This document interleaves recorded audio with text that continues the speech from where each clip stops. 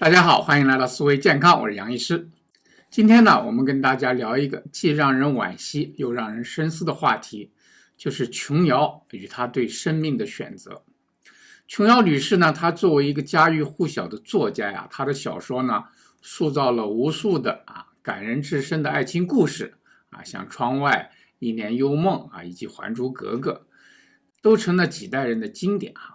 然而呢，他的晚年的选择呢，却让无数的人震惊。他是一位文学家，也是一位经历过漫长病痛折磨的高龄人。他用自己的方式掌控了他生命的终点这是对生命自主权的捍卫呢，还是一种无奈的解脱我们该如何看待这样的选择？健康是我们最大的财富，让我们一起管好它。今天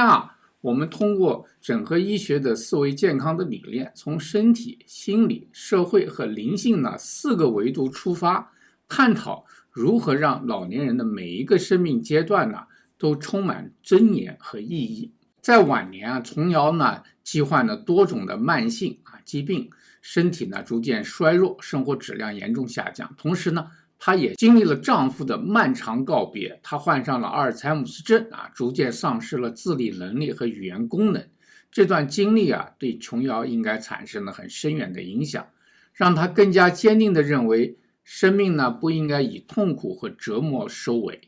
在遗言当中她写道我为自己呢生命做主，是对自己的解脱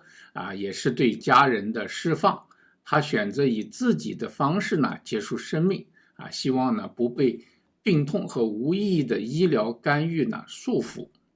但这样的选择真的能够减轻家人的负担吗？对于其他的高龄人来讲，这样的选择会引发什么样的心理呢和社会效应呢？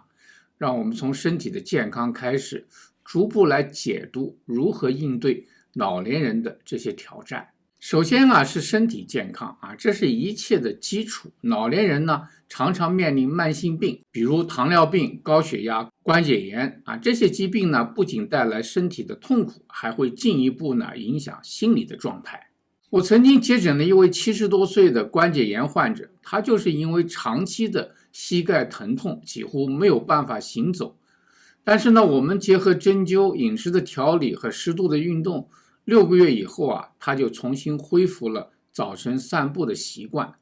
这对他来讲呢，生活的活力就回来了。疼痛管理杂志的研究表明呢，整合针灸治疗可以将慢性疼痛的强度呢降低30%以上同时呢还没有药物的副作用。身体上的痛苦可以缓解，但心理上的这个孤独感和无力感这是更加的隐秘琼瑶她在长期的病痛中呢感到了无助。那么我们又该如何帮助老人走出这样的一个心理的阴影呢？这个全球的数据显示，20%以上的老年人遭受抑郁、焦虑、孤独、失去伴侣和长期病痛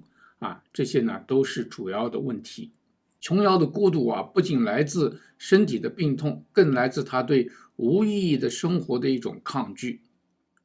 有一个85岁的患者，她因为丈夫去世呢，陷入了严重的抑郁，但是通过正常的冥想和集体的心理疗法呢，她就逐渐接受了伴侣的离去这个现实，重新加入到社区的活动。所以心理支持是非常重要的像冥想、正念疗法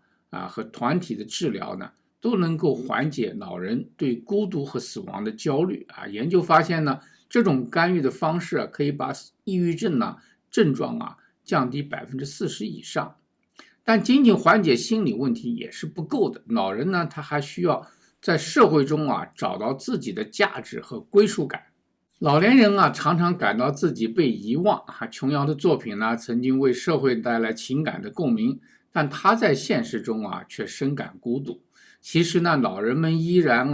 拥有巨大的社会价值，只需要找到适合的平台。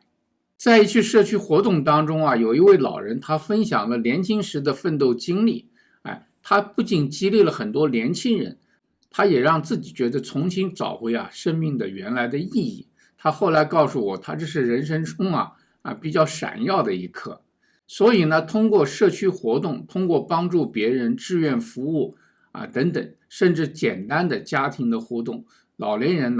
都能够重新建立和社会的连结，这种归属感能大大提升他们的生活的满意度。但无论如何，每个人最终都要面对生死的终点。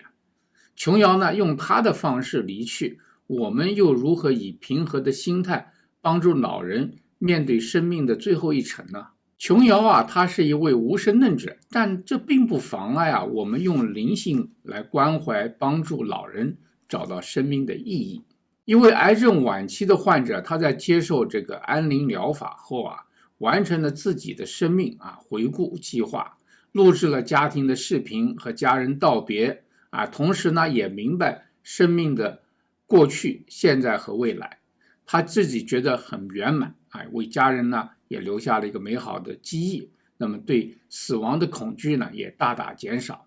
所以这个安宁疗护不仅仅要帮助患者减轻病痛，也帮助家人和患者共同面对生命的终点。在这个安宁医学杂志的研究上表明这种灵性的关怀可以显著降低患者的死亡焦虑，提升他的幸福感。琼瑶的选择让我们重新审视生命的意义和价值通过整合医学的思维健康的理念我们可以为老年人